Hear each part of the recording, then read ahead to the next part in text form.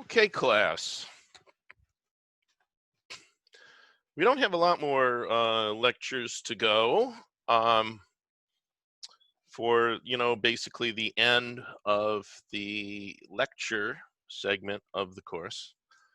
And I have no way of thinking about how we can do labs, although I may send you out something where you look at a simulation somewhere on YouTube or whatever to see how you could use PSpice, or what is the analog to PSpice, or the follow-on, I should say, to PSpice. But that's not what we're doing today. What we're doing today is we're going to look at decibels and decibel attenuation and decibel amplification, and see how that manifests itself in all types of wave communications, whether this be decibel or acoustic decibels, or whether it's electronic, waveform decibels, comparing the amplitude, or in our case, the voltage to, different places. Let's say that I was going to put a signal that was at 100 megahertz over a coaxial cable that was 1,000 meters long.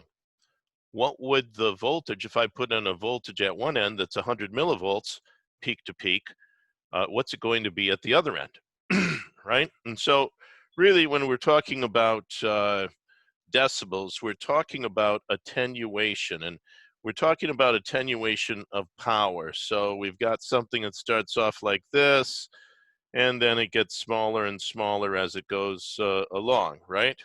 So we're attenuating the signal's power. So this would be power, and this would be distance that the signal is traveling over. Let's say that this distance out here is 3 kilometers, right? And we start off with power that's something like 1 watt, and then way out here we have something that's 1 milliwatt, or whatever. I'm just saying that it's the decay of power of the signal over a distance. We could say the same thing is true about acoustic noise from a jet engine, right? If I'm standing right next to a jet engine, that's pretty loud. If I'm far away from a jet engine, it's probably a lot quieter. And why is that? Because the atmosphere has attenuated the acoustic signal, which are, compression waves of the sound coming to my ears, right? Of course, when a plane's flying over your house all the time, that can't be good. All right, so really what we're talking about today is decibels. And we're still having at least one more lecture that's going to be on series and parallel AC circuits, and how to work out the impedance for all of the various different components in those circuits, and figuring out what the voltage is at different places in those circuits. And it's not going to be something that where you have to use mesh analysis in complex numbers, but it's going to be something where you have to figure out which of the components are in series and which of the components are in parallel, and which other components are in series with those components that are in parallel. Do you know what I mean? All right. So anyway, let's get down to decibels. And because these are things that you're going to run into, as a mechanical engineer, obviously you're in the field of acoustics, right? So decibels, acoustic decibels are going to be something that you're going to be working with. And these apply, what I'm teaching you here today applies as well to that as it does to electromagnetic signals traveling down a wire. All right, because really decibels are just power. And I think that we did talk for a little while in class about what decibels were. I don't know if I gave you a whole class. I may have just given you an introduction to what decibels are. Anyway, to talk about decibels is to talk about log functions. And so let's look at a couple log identities, right? So the log of A times B is equal to the log of A plus the log of B. All right? And the log of A divided by B is equal to the log of A minus the log of B. And when we look at the log of x to the n, log of x to the n is equal to n times the log of x, right? So does everybody see all of those things? Now, if I want to know, when I'm talking about the logs here, every time I write a log where it has no subscript, I'm talking about log to the base 10, right? So let me just use my disclaimer here. Log equals log to the base 10. So that I don't have to keep writing to the base 10 with this large marker that's calling itself a fine point marker. Really? I don't think so. So I want to show you another. So we're always talking about log to the base 10. What if I wanted log to the base 2 of x? How could I find that? Right, log to the base 2 of x. For instance, what's log to the base 2 of 4? Well, isn't it 2 to the 4, 2 to the 2 equals 4? 2 squared equals 4. So log 2 of x, of 4 would be 2. Log 2 of 8 would be 3. Log 2 of 16 would be 4, right? So on and so forth. Everybody knows what log 2 to, whatever, log 2 of 256 would be 8, right? And so what you really have here is you have log 2 of 10 times log to the base 10 of x. You're probably saying, well, what is log 2 to the base, log 2 to the 10, well, what, 2 to the what equals 10? And that's a good question, isn't it? Because we could write that right here, 2 to the what, let's call it y. 2 to the y equals 10. Well, what is y? Well, here's how we can find it. We can use our identity right up here, log x to the n equals n times that. We can just do it to this side, right? Because that's y. So we could say that y times the log to the base 10 of 2, because we've done that to that side, is going to equal log to the base 10 of 10. And log to the base 10 of 10, let's see, 10 to the what equals 10? Yes, that's right, 1. 10 to the 1 equals 10. So then we find out that y is just equal to 1 over the log to the base 10 of 2, right? I'm just using my identities that I've got up here. And of course, that comes out to 3.322. Is that the true value of pi? No, of course it's not. Because it's got 3 in it? Come on, please. All right. Now, do you understand all of my logarithmic identities that I've put up here? Because that's important for our lecture on decibels today, right? That's what we want to see. We want to use those, but we also want to understand what decibels really are. Decibels are a power ratio. And as you know, power, there you go. I'm getting COVID-19. I hope not. I've been like locked in my place for days and days, but I have had people deliver stuff too. I didn't wipe it off with a Clorox rag. Or I might just need a little drink.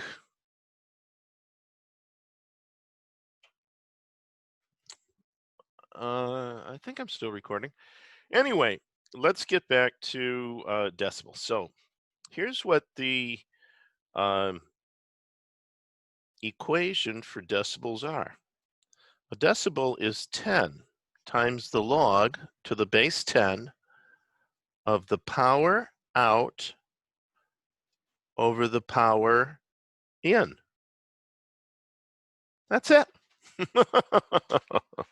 See, isn't that easy? Now, that would be easy if we had a power meter for everything, but we don't. We have a voltmeter for everything, don't we? So what is a decibel in terms of voltage? Well, let's look at that. Well, 10, and then let's look at what we've got here. Now, that's going to be the log, and what is power? I'm going to make this a little bit bigger. What is power?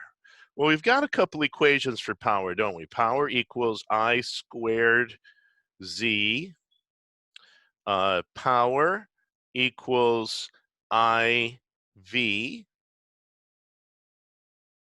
And power equals V squared over Z.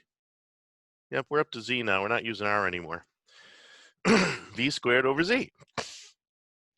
So what we really can say here is I've got V out squared over Z divided by V in squared over Z. Right? So don't the Z's cancel out? That's right. So the Z's cancel out. So I really have V out squared over V in squared. Well, hey, doesn't that equal 10 times the log of V out over V in, the whole quantity squared? That square's in here, not in that other box. I better redraw that line. Sorry. Well, that's perplexing, isn't it? So let's see what a decibel is in terms of voltage. Well, we've got that 2 up there. You know, I've got 10, but then don't I have that 2 up there?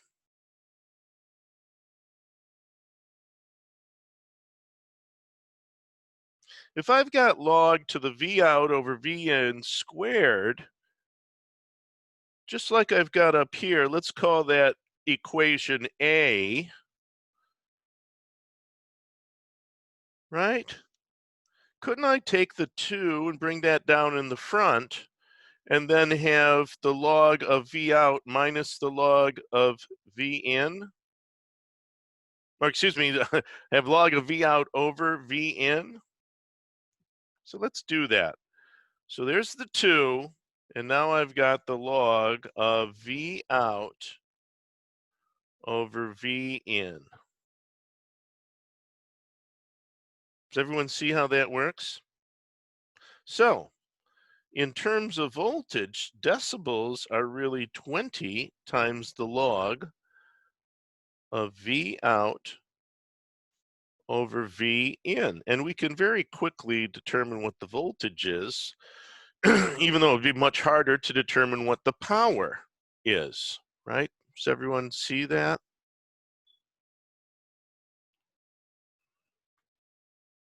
So that's my equation. I'm going to just circle this so that we know that that is decibels. Now, that's not all, that's not the end to decibels, by the way, because there are a couple what I would call conventions for decibel so that we can compare apples to apples and oranges to oranges.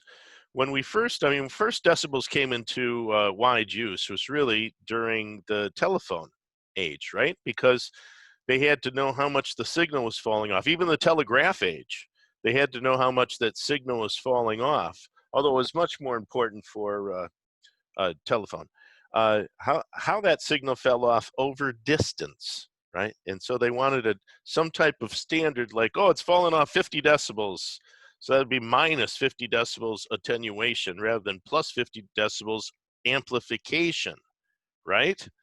So that's what we really want to see here is what do we really have? Let's say that we had a power differential. Let's just do a little example problem.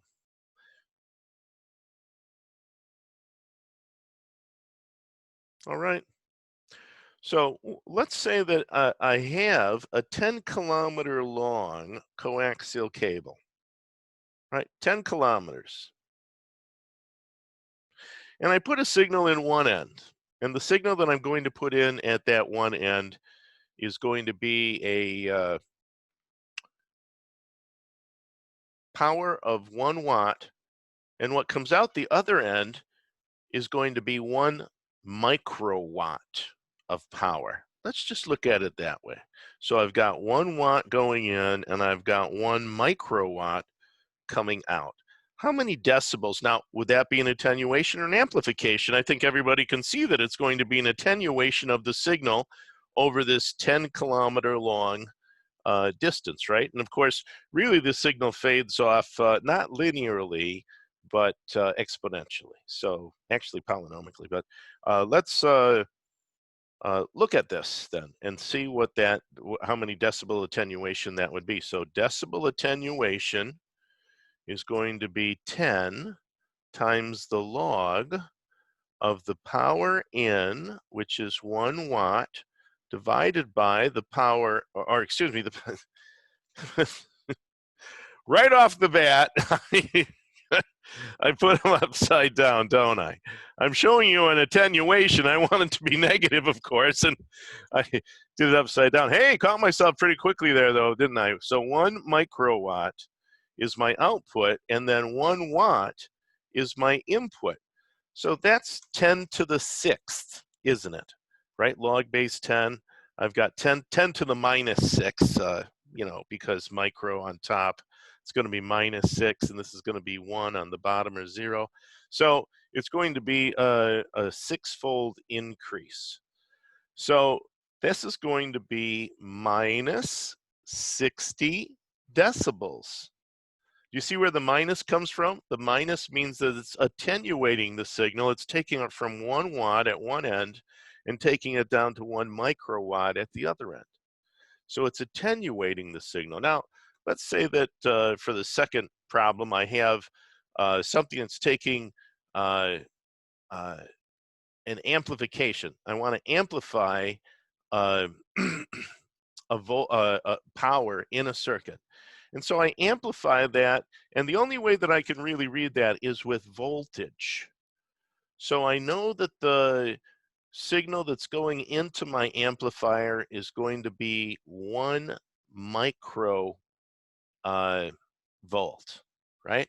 So I know what's going in is going to be 1 microvolt, and I know what is going to come out is going to be 1 volt. And you're probably saying, hey, it's 10 to the 6, just like that one. It's going to come out to the same thing. No, of course it's not. Of course it's not. Or else why would I do it? Right? So let's do that one now. Now the dB amplification, this is an amplification, right? Because I go in small, I'm coming out large. And that's going to be 20, isn't it? Because the 20, don't you remember when I've got the 20 down here instead of the 10 for power, 20 for voltage? So that's going to be 20 times the log of V out, which is 1 volt, divided by 1 microvolt, right? So instead of that, the amplification that I'm really going to be having there, because this is going to be 6, isn't it? 6 times 20 is 120 decibels. And of course, that's positive because it's an amplification, not an attenuation. And wouldn't that be true? Because if you look at the relationship between power and voltage, it's squared, isn't it? So you can see that this, because it's a logarithmic function, is instead of it being squared, it's going to be doubled, right? It's going to be doubled. Now, there's also other conventions that are out there, and I'm going to give you some of those. dBm. dBm is a standard that the telephone companies in the 20th century used a lot. And the way that you look at it is 10 times the log of whatever power out, right, over 1 milliwatt. So if you were working entirely in dBm, everything would be standardized to 1 milliwatt. Do you see what I'm saying? So it's basically like measuring voltage with respect to ground. You've now got everything referenced to 1 milliwatt.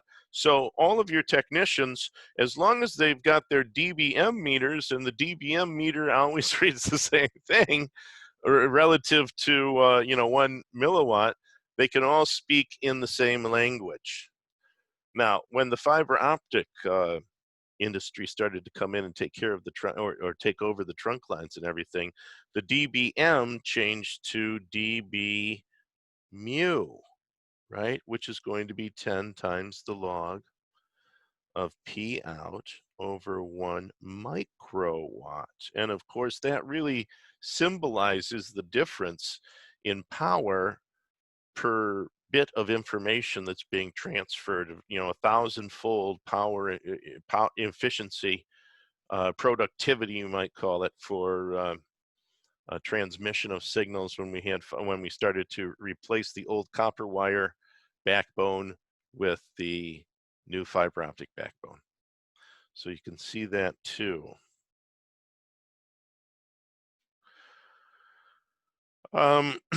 How do we really, look at decibels? And in fact, if I had a graph, well, let's put it down here. If I had a graph and decibels were up here, and of course, you've got to remember decibels is a log function, right? And then I had the log of the frequency down here. What do I really have? Don't I really have a log curve? Don't I have a log curve there? And so when I look at, if you remember, I drew, let's say, a low pass filter for that RC. Oh, and by the way, all of this is in chapter 21.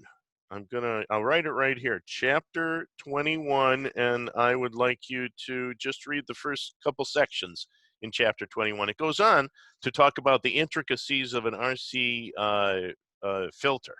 But we don't really, you can read that. That will definitely enhance your understanding of the RC circuit, which you may see on the final. I'm going to, use that as a disclaimer. You may see that, you may not, but you may. And so read chapter 21, so that when we saw that low pass filter, remember what I was talking about with the RC circuit. So this is an RC low pass, that's low pass filter. And you can, you can see that in, I think it was chapter 16, was it 17? I don't know, 16, I think. And then you can also see it talks about the RC there, but you can also see the RC filter talked much more in chapter 21 if you want to do that. Now, when we look at this from this perspective, what we see is this.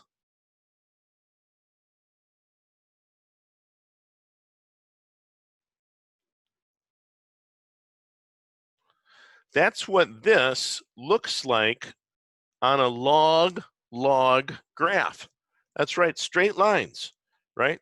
Now in actuality, it's not exactly straight. It really looks something more like this.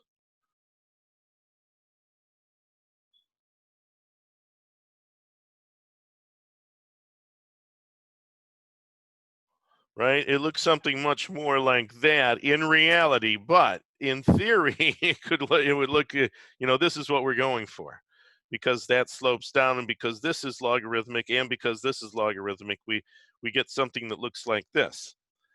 So when you look at a band with a band pass filter or anything, whether, whatever you're looking at in relationship to frequency, and let's say this would be the voltage at A, or the voltage across a capacitor or whatever, then you're going to see it look like this. But then if you, this is called a Bode plot, where we got the dB attenuation. And then where is this? Remember originally I told you that that the voltage at A would fall to 70.71 volts, right? And that was at that magic frequency that we called the um, for the RC circuit, the resonant frequency for the RC circuit. And what is that drop off? 70.71 volts. Let's do that, shall we? So dB equals 10 times the log. Now my output, right, is going to be 70.71 volts, and my input was 100 volts. Wait, did I say 10? I meant 20. There we go. So dB of, let me just do that, although I already know the answer, 70.71 divided by 100 equals log times 20, voila, minus 3.01 decibels. Now you might say minus 3.01. I thought it was supposed to be minus 3. Well, whatever. I get minus 3.01 on that calculator. But there you go. And that is the thing. That's where it is. When you're talking about an attenuation in a filter, whether it's a filter like this or whether it's a filter that would be more a band pass filter, something like this, right? Where only these frequencies get through, like a radio station, right? In fact, that's how they do it for a radio station. They have a filter there that only lets the radio station frequency get through and wipes out all the other frequencies around it when they're broadcasting a radio station, or when your radio in your car is tuning to the radio station. It's just picking up that frequency. It's using its bandpass filter to get that frequency. Okay, that's going to be the end of my lecture for decibels. We're going to do one more lecture, I think, on, like I say, series and parallel components in an AC circuit. And that'll be about it for the class. And then I'm gonna have you do some other stuff too, like, look at a simulation, or actually a YouTube video that I really like about how to use OrCAD, Multicad, or PSpice, whatever you want to call it. All right. Well, thank you for watching, and I hope that all of your other classes are going well too, and that you're staying safe and you're not infecting your parents.